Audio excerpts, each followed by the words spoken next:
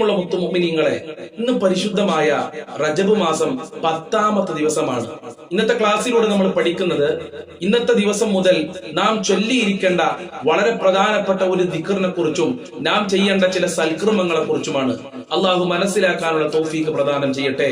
അതോടൊപ്പം തന്നെ ഇശാ മഗ്‌രിബിന്റെ ഇടയിൽ നാം ചെയ്യേണ്ടതും ചെയ്യാൻ പാടില്ലാത്തതുമായ ചില കാര്യങ്ങളും പഠിക്കാം. അള്ളാഹു അനുഗ്രഹിക്കട്ടെ. വഅലൈക്കും വറഹ്മത്തുള്ളാഹി വബറകാതുഹു. അൽഹംദുലില്ലാഹി റബ്ബിൽ ആലമീൻ വൽ ആഖിബത്തു ലിൽ മുത്തഖീൻ. അസ്സലാത്തു വസ്സലാമു അലൈക യാ റസൂലല്ലാഹ്. അസ്സലാത്തു വസ്സലാമു അലൈക യാ ഹബീബല്ലാഹ്. ദാറുൽ മുബീൻ മജ്ലിസ് കാണുന്ന മുത്തുമുഅ്മിനീങ്ങളെ, നിങ്ങളെ എല്ലാവരെയും വീണ്ടും നമ്മുടെ മജ്ലിസിലേക്ക് സ്വാഗതം ചെയ്യുകയാണ്. അല്ലാഹു സുബ്ഹാനഹു വ തആല നമ്മളെ പ്രയാസങ്ങൾ അകറ്റിത്തരട്ടെ, ബുദ്ധിമുട്ടുകൾ അകറ്റിത്തരട്ടെ. ധാരാളം ആളുകൾ ദുആ കൊണ്ട് വസിയത്ത് ചെയ്തിട്ടുണ്ട്. എല്ലാവരുടെ പ്രയാസങ്ങളും നീ അകറ്റി കൊടുക്കണേ അല്ലാഹ്. എല്ലാവർക്കും സമാധാനം നൽകണേ അല്ലാഹ്.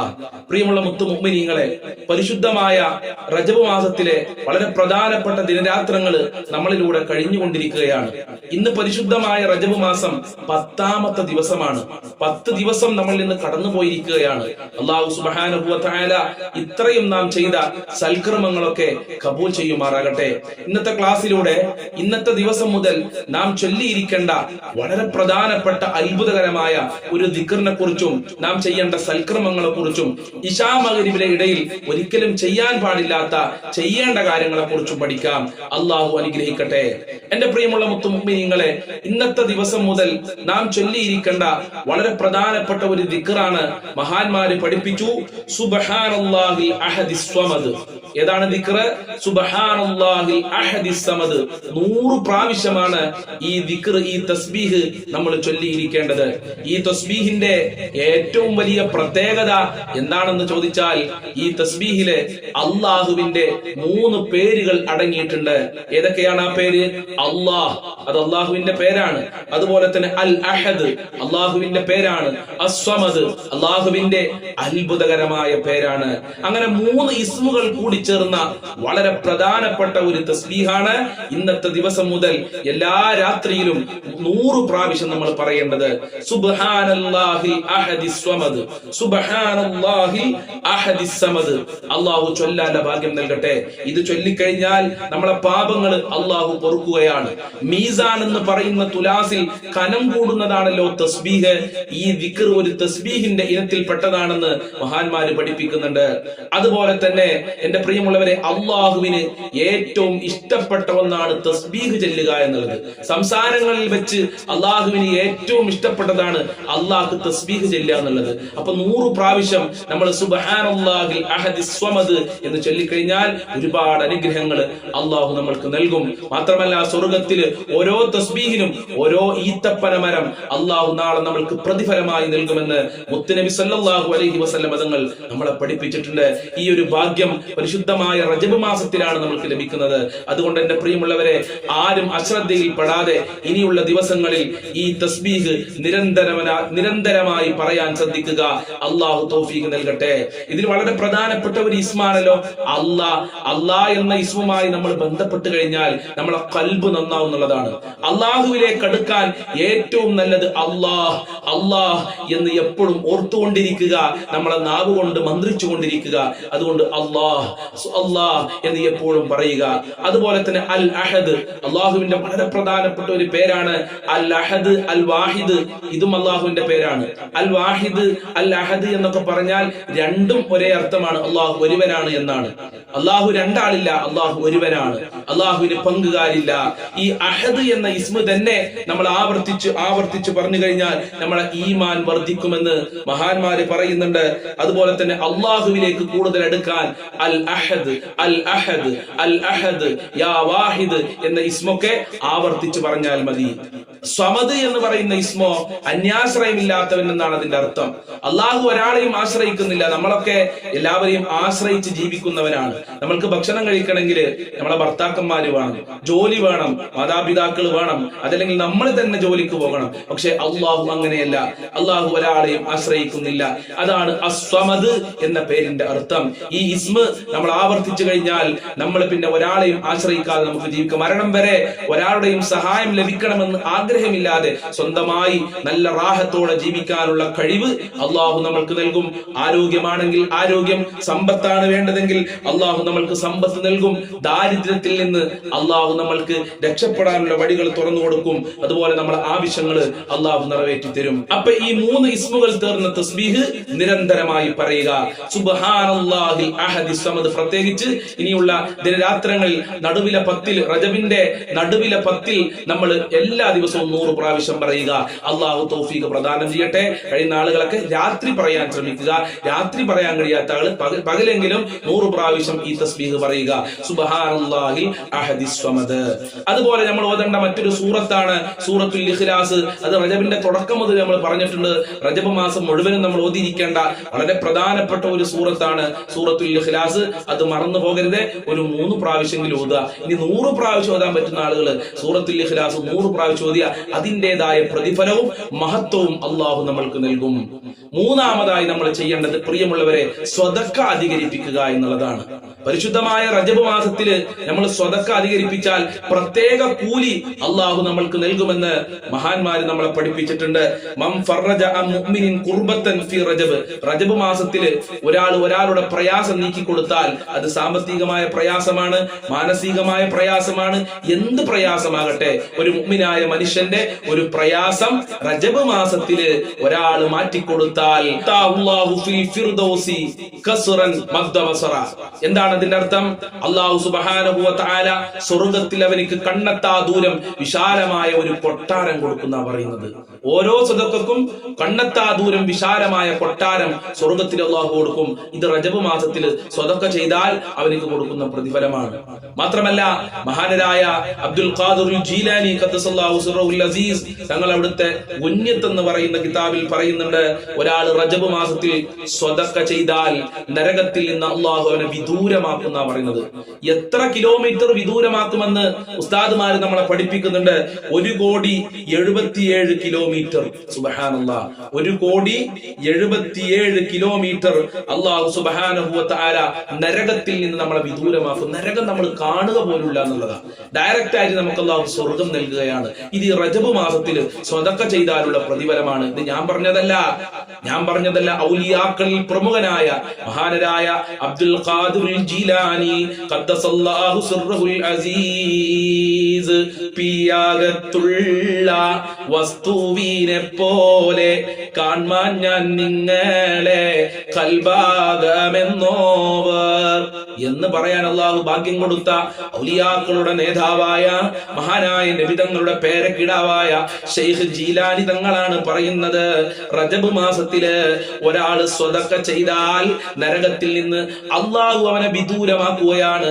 എത്രത്തോളം വിദൂരമാക്കുമെന്ന് ചോദിച്ചാൽ 1,77 കിലോമീറ്റർ. അള്ളാഹു ഭാഗ്യം നൽകട്ടെ. അതുകൊണ്ട് കഴിയുന്ന രൂപത്തിലൊക്കെ സ്വതക്ക കൊടുക്കുക പ്രിയമുള്ളവരെ. വലിയ പ്രതിഫലമാണ്. ആഫത്ത് മുസീബത്തുകളിൽ നിന്നൊക്കെ രക്ഷപ്പെടാൻ നല്ലത് സ്വതക്ക കൊടുക്കലാണ്. 1 രൂപയാണ് കൊടുക്കാൻ കഴിയുമെങ്കിൽ 1 രൂപ കൊടുത്ത് സഹായിച്ചാൽ മതി. അള്ളാഹു തൗഫീഖ് പ്രദാനം ചെയ്യട്ടെ.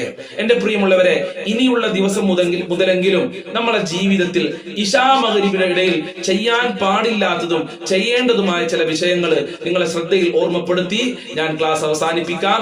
അള്ളാഹു അനുഗ്രഹിക്കട്ടെ. ഇശാ മഗ്‌രിബിന്റെ ഇടയിൽ നമ്മൾ കൂടുതലായി ശ്രദ്ധിക്കേണ്ടത് ഇശാ മഗ്‌രിബി ഖളാ ആക്കാതിരിക്കുക എന്നുള്ളതാണ്. പല ആളുകളും മഗ്‌രിബി ഖളാ ആക്കും. പല ആളുകളും ഇശാ നിസ്കരിക്കാതെയാണ് കടന്നുറങ്ങുക. ഒരിക്കലും അത് ചെയ്യാൻ പാടില്ല. 5 വക്ത് നിസ്കാരവും ഖളാ ആകാതെ നമ്മൾ നിസ്കരിക്കണം. മഗ്‌രിബി ഖളാ ആക്കാൻ പറ്റുന്ന ആരാ പറഞ്ഞത്? മഗ്‌രിബി ഖളാ ആക്കാൻ പാടില്ല, ഇശായും ഖളാ ആക്കാൻ പാടില്ല.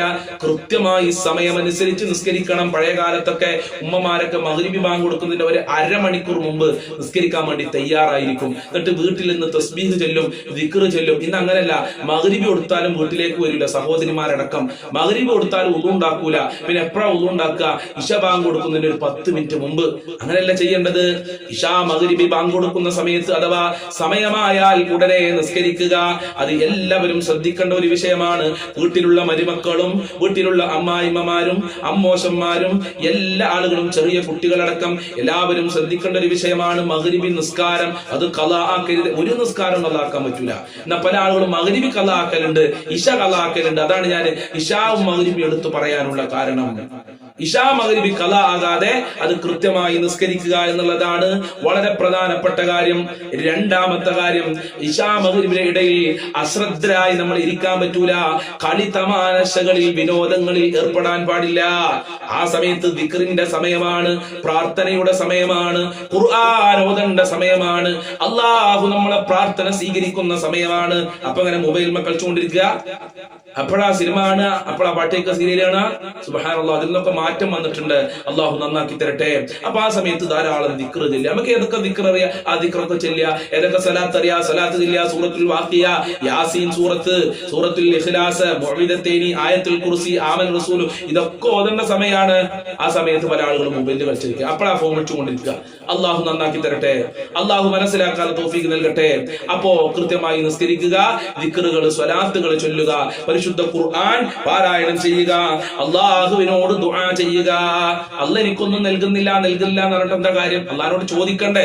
അള്ളാഹുവിനോട് ചോദിക്കേണ്ട വളരെ പ്രധാനപ്പെട്ട സമയത്ത് നമ്മൾ വിനോദങ്ങളിലാണ്, നമ്മൾ കളി തമാശകളിലാണ്. പിന്നെ എങ്ങനെ നമ്മളെ കാര്യങ്ങൾ അള്ളാഹു സ്വീകരിക്കുക? അപ്പൊ ഇശാ മഗ്രിബിന്റെ ഇടയിൽ ദിക്റുകളും സ്വലാത്തുകളും പ്രാർത്ഥനകളും നമ്മളെ ജീവിതത്തിൽ ഇനിയുള്ള ദിവസമെങ്കിലും പതിവാക്കുക.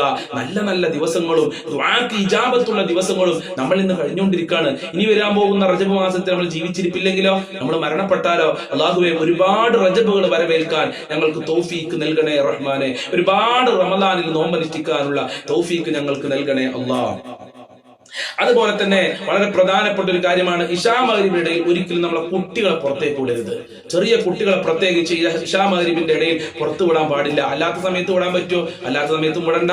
പ്രത്യേകിച്ച് ഇശാ മഗ്രിബിന്റെ ഇടയിലുള്ള സമയം പിശാചുക്കള് രംഗപ്രവേശനം ചെയ്യുന്ന സമയമാണെന്ന് മുത്തുനബി നമ്മളെ പഠിപ്പിച്ചിട്ടുണ്ട്. അങ്ങനെ കുട്ടികൾ ആ സമയത്ത് പുറത്തേക്ക് വിട്ടാൽ കുട്ടികൾ ഇങ്ങനെ വെറുതെ കരയുക, കുട്ടികൾക്ക് ഓരോരോ അസ്വസ്ഥതകൾ ഉണ്ടാവും, കുട്ടികൾ രാത്രി ഉറക്കല്ലായ്മ, അങ്ങനത്തെ ഒക്കെ അവസ്ഥ സംഭവിക്കും. അതുകൊണ്ട് ഇശാ മഗ്രിബിന്റെ ഇടയിൽ കുട്ടികളെ പുറത്തേക്ക് വിടരുത്. മദ്രസക്ക് പറഞ്ഞേക്കാൻ പറ്റുമോ? മദ്രസക്ക് പറഞ്ഞേക്കാം. ജമാഅത്തിന് പറഞ്ഞേക്കാൻ പറ്റുമോ? ജമാഅത്തിന് പറഞ്ഞേക്കാം. അതിനൊന്നും കുഴപ്പമില്ല. അനാവശ്യമായി കുട്ടികളെ ഒരിക്കലും പുറത്തേക്ക് വിടരുത് എന്ന് പ്രത്യേകം രക്ഷിതാക്കൾ ശ്രദ്ധിക്കേണ്ട ഒരു വിഷയമാണ്. അതുപോലെ തന്നെ രക്ഷിതാക്കളും ഇശാ മഗ്രിബിന്റെ ഇടയിൽ വെറുതെ അങ്ങാടി കൂടെ നടക്കാൻ പറ്റൂല. നിങ്ങളെ വീട്ടിലേക്ക് വന്നിരിക്കണം. പള്ളിയിൽ പോവുക, വീട്ടിലേക്ക് വരിക. ആവശ്യ സാധനങ്ങൾ വാങ്ങാനുണ്ടെങ്കിൽ അത് വാങ്ങി ഉടനെ വീട്ടിലേക്ക് വരണം. പിശാച് നമ്മളെയും ഉപദ്രവിക്കും, പിശാചിന്റെ ശർറ് നമ്മളിലും അനുഭവിക്കും. അതുകൊണ്ട് ഇശാ മഗ്രിബിന്റെ ഇടയിൽ അത് അള്ളാഹുവിന് ഇബാദത്ത് ചെയ്യേണ്ട സമയമാണ്, അനാവശ്യമായി ചെലവഴിക്കേണ്ട സമയമല്ല. അതുപോലെ ഇശാ മഗ്രിബിന്റെ ഇടയിൽ നമ്മളെ വീടിന്റെ ഡോർ ഒരിക്കലും തുറന്നിടരുത്. അതൊക്കെ അടക്കുക, അതൊക്കെ അടച്ചു വെക്കുക, ക്ലോസ് ചെയ്യുക. ചെയ്യുന്ന സമയത്ത് ബിസ്മില്ലാഹിർ റഹ്മാനിർ റഹീം എന്ന ദിക്ർ ചൊല്ലുക, ബിസ്മി ചൊല്ലിയിട്ട് ഡോർ അടക്കുക. എന്നാ ഒരു ശൈത്താന്റെ ശർറും ഉണ്ടാവൂല, ഒരു പിശാച് നമ്മൾ ഉപദ്രവിക്കൂല. അതുപോലെ തന്നെ വീട്ടിലെ മൃഗങ്ങളൊക്കെ ഉണ്ടെങ്കിൽ പെട്ടെന്ന് അവറ്റങ്ങളുടെ വാസസ്ഥലങ്ങളിലേക്ക് ആക്കണം. നമ്മൾ ആക്കിയിട്ടില്ലെങ്കിലും ഇശാ മഗ്രിബിന്റെ സമയമായി കഴിഞ്ഞാൽ, മഗ്രിബിയുടെ തൊട്ട് സമയമായി കഴിഞ്ഞാൽ മൃഗങ്ങൾക്കൊക്കെ ഒരു അസ്വസ്ഥത ഉണ്ടാവും. അവരൊക്കെ ശബ്ദം ഉണ്ടാക്കാൻ തുടങ്ങും, ഒരു പൊറുതികേട് കാണിക്കാൻ തുടങ്ങും. നമ്മക്കത് മനസ്സിലാണില്ല, മൃഗങ്ങൾക്ക് വരെ അത് മനസ്സിലാകുന്നുണ്ട്. ഈ സമയം പുറത്തിറങ്ങി നടക്കേണ്ട സമയമല്ല.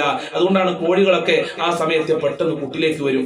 അതുപോലെ തന്നെ ആടുകളൊക്കെ ആ സമയത്ത് പ്രത്യേകം പെട്ടെന്ന് കൂട്ടിലേക്ക് വരും എന്നുള്ളത് നമ്മളൊക്കെ കണ്ണുകൊണ്ട് കാണുന്ന ഒരു വിഷയമാണ്.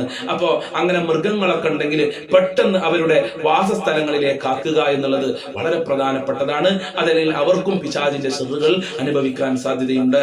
ഇത്തരം കാര്യങ്ങളൊക്കെ ഇശാ മഗ്രിബിന്റെ ഇടയിൽ പ്രിയമുള്ളവരെ ഞാനും നിങ്ങളും ശ്രദ്ധിക്കേണ്ടതുണ്ട്. ഉള്ള ദിവസങ്ങളിൽ നല്ല സൽക്കർമ്മം ചെയ്യാൻ ഞങ്ങൾക്ക് ഭാഗ്യം നൽകണേ അല്ലാഹ്. ഞങ്ങളെ പ്രവർത്തനങ്ങൾ നീ സ്വീകരിക്കണേ റഹ്മാനെ.